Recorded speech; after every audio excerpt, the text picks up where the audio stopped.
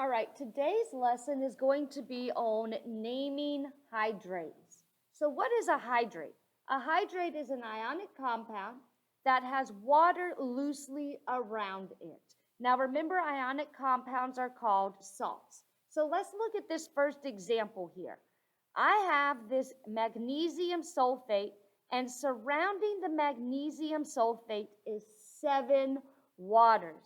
So essentially, if I have an ionic compound, there we've got this magnesium sulfate, and then surrounding it is 7 waters. All right, so we've got 1, 2, 3, 4, 5, 6, 7.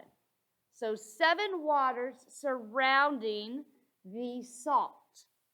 To name these, I think naming hydrates is pretty straightforward. All right, you are going to simply name this ionic piece the same way you would name an ionic compound. So MgSO4 is magnesium sulfate.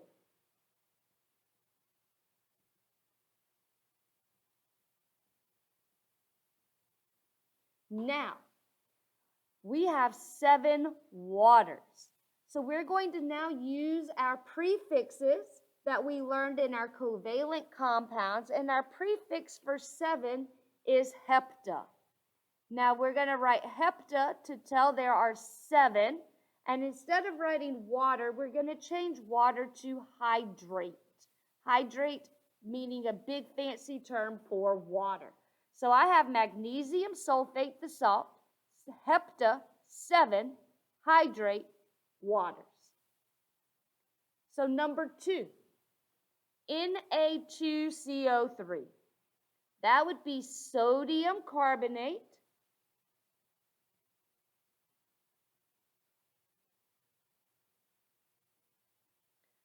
Tin is deca.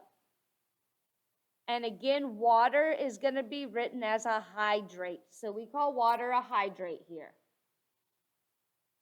Now to take the formula and go to the name, it's pretty straightforward, I think. What about the name to the formula? So magnesium chloride, we're simply going to swap and drop magnesium chloride just the same way that we would an ionic compound. And if you don't know what that means, then you need to go back and review my video on ionic naming and formula writing.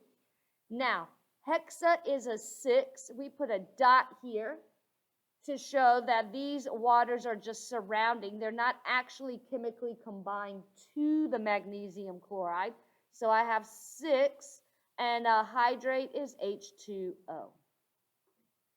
So let's do one more example. Barium chloride dihydrate. Barium chloride is BaCl2. Again, a dot to tell that the water is surrounding but not chemically combined to the barium chloride. Di is 2, hydrate, waters.